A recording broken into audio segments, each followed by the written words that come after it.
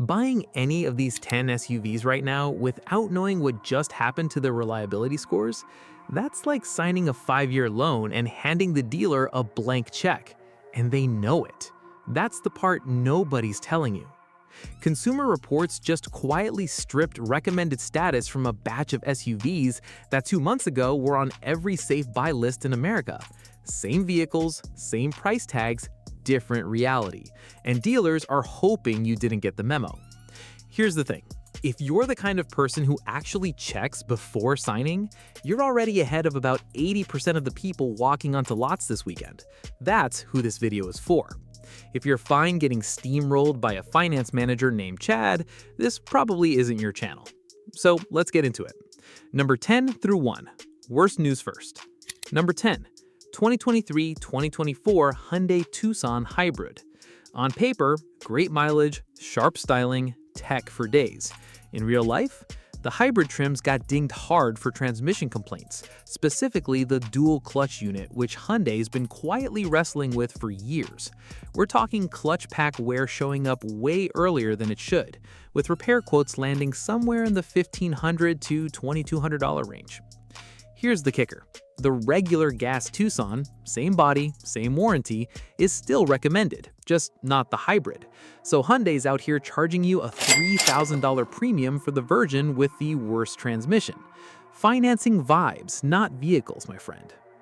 Number 9. 2024 Chevrolet Trax.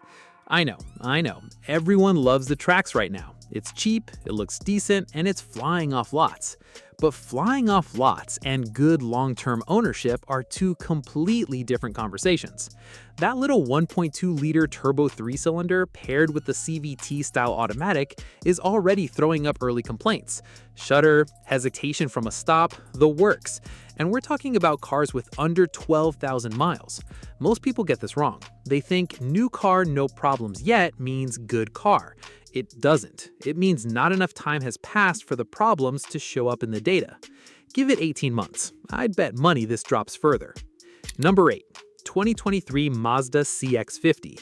Mazda's Turbo 2.5 has generally been a tank, but the CX-50 runs it with more boost than the CX-5, and that extra push is associated with oil consumption issues. Owners reporting they're adding a quart every 1,500 to 2,000 miles. That's not a failure, technically, but it's exactly the kind of slow leak, pun intended, that tanks a reliability score over time.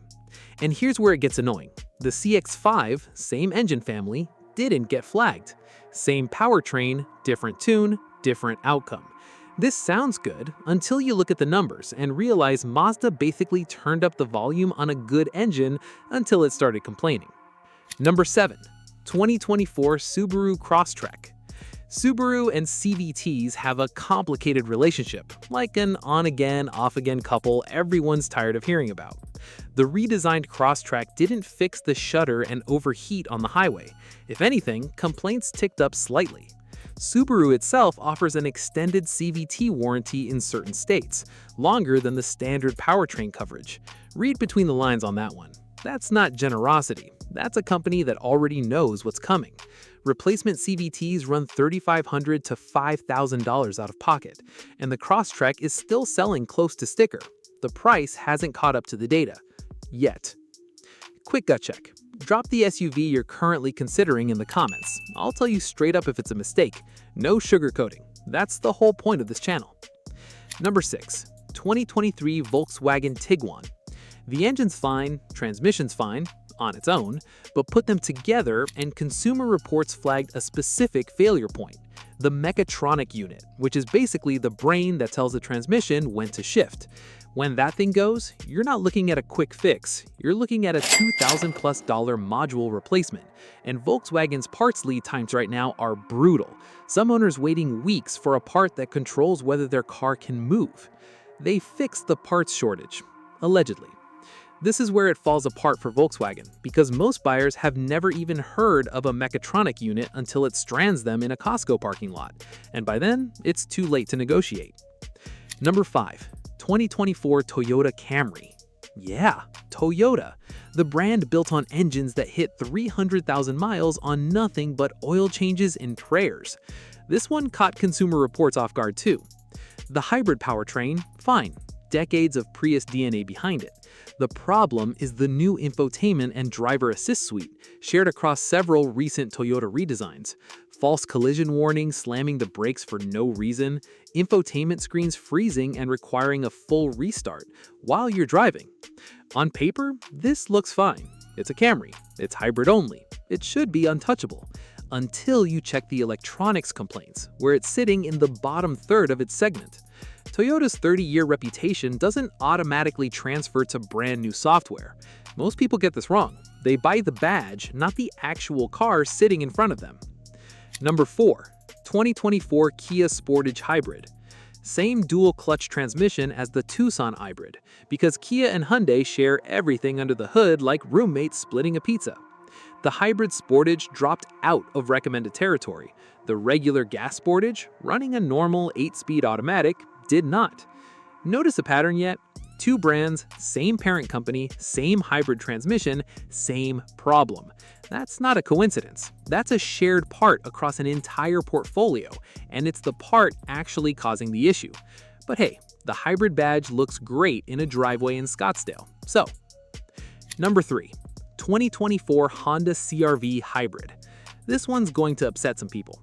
Honda hybrids have been basically bulletproof for 2 decades, but the new 2-motor hybrid setup in the CR-V, paired with the 2.0-liter, is generating a wave of complaints about the CVT and regenerative braking acting weird, especially in cold weather. Hesitation, jerking under light acceleration.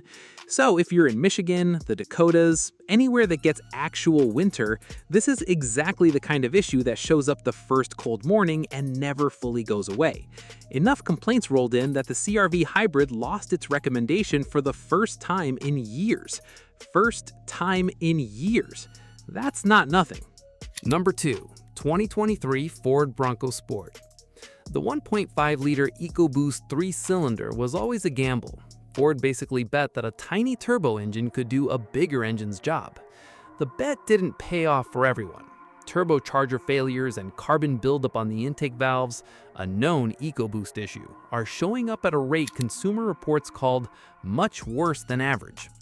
Carbon cleaning services run $400 to $600 a pop, and some owners are doing it more than once. This sounds good until you look at the numbers and realize the 3-cylinder version is statistically worse than the 4-cylinder in the exact same lineup. Same brand, same family, worse engine. And dealers aren't exactly leading with that on the window sticker. And before we get to number 1, most people get this wrong, so let me say it clearly. A Consumer Reports downgrade doesn't mean the car is undrivable. These mostly drive fine. The problem is what happens to the bill 3 years from now, when you're not protected by warranty anymore and the repair shows up out of nowhere. That's the trap. The car feels fine right up until it really doesn't. Number 1. 2024 Toyota Tundra. This is the big one. The iForce Max twin-turbo V6, same engine family at the center of recalls covering north of 200,000 trucks for metal debris left in the oil passages during manufacturing. The Sequoia shares that powertrain, and Consumer Reports is treating it as a shared liability, recall or no recall. We're talking bearing failures from manufacturing debris. When that happens, you're not looking at a repair, you're looking at a full engine replacement. And out of warranty, those bills are landing in 5-figure territory. Five figures on a truck. Here's where it gets interesting. Toyota's entire reputation, the thing that let them charge a premium for decades, was built on engines that just didn't die. This twin-turbo is the first mainstream Toyota powertrain in over 10 years that Consumer Reports is actively telling people to think twice about. If Toyota can get this wrong, nobody's reputation is bulletproof anymore, not even the brand your uncle swears by. Quick gut check before we wrap. The Camry at number 5 is the one that should actually worry you most, and here's why. It's not an engine problem, it's not a transmission problem, it's a software problem, and software problems don't get better with age. They get patched sometimes, or they don't. Either way, you're stuck with whatever Toyota decides to support 5 years from now. At least with a transmission, you know exactly what you're dealing with. With software, you're at the mercy of an update schedule nobody tells you about. So here's where you land. None of these 10 are avoid at all costs situations. Several still drive great, but a Consumer Reports downgrade means the math changed. The long-term cost of owning one of these just went up, even if the sticker price out front didn't move an inch. And that's the gap. That's where dealers make their money, selling you yesterday's reputation at today's price, hoping you don't notice the difference. You just noticed. That's the whole game. If you don't want to get financially blindsided by a dealership 6 months after the warranty runs out, hit subscribe. I post this stuff before the rest of the market figures it out, not after. And tell me, which one of these 10 is sitting in your driveway right now? Comment the model and year. If you've had problems already, say so. If yours has been clean, say that too. I want the real data, not the dealer's version.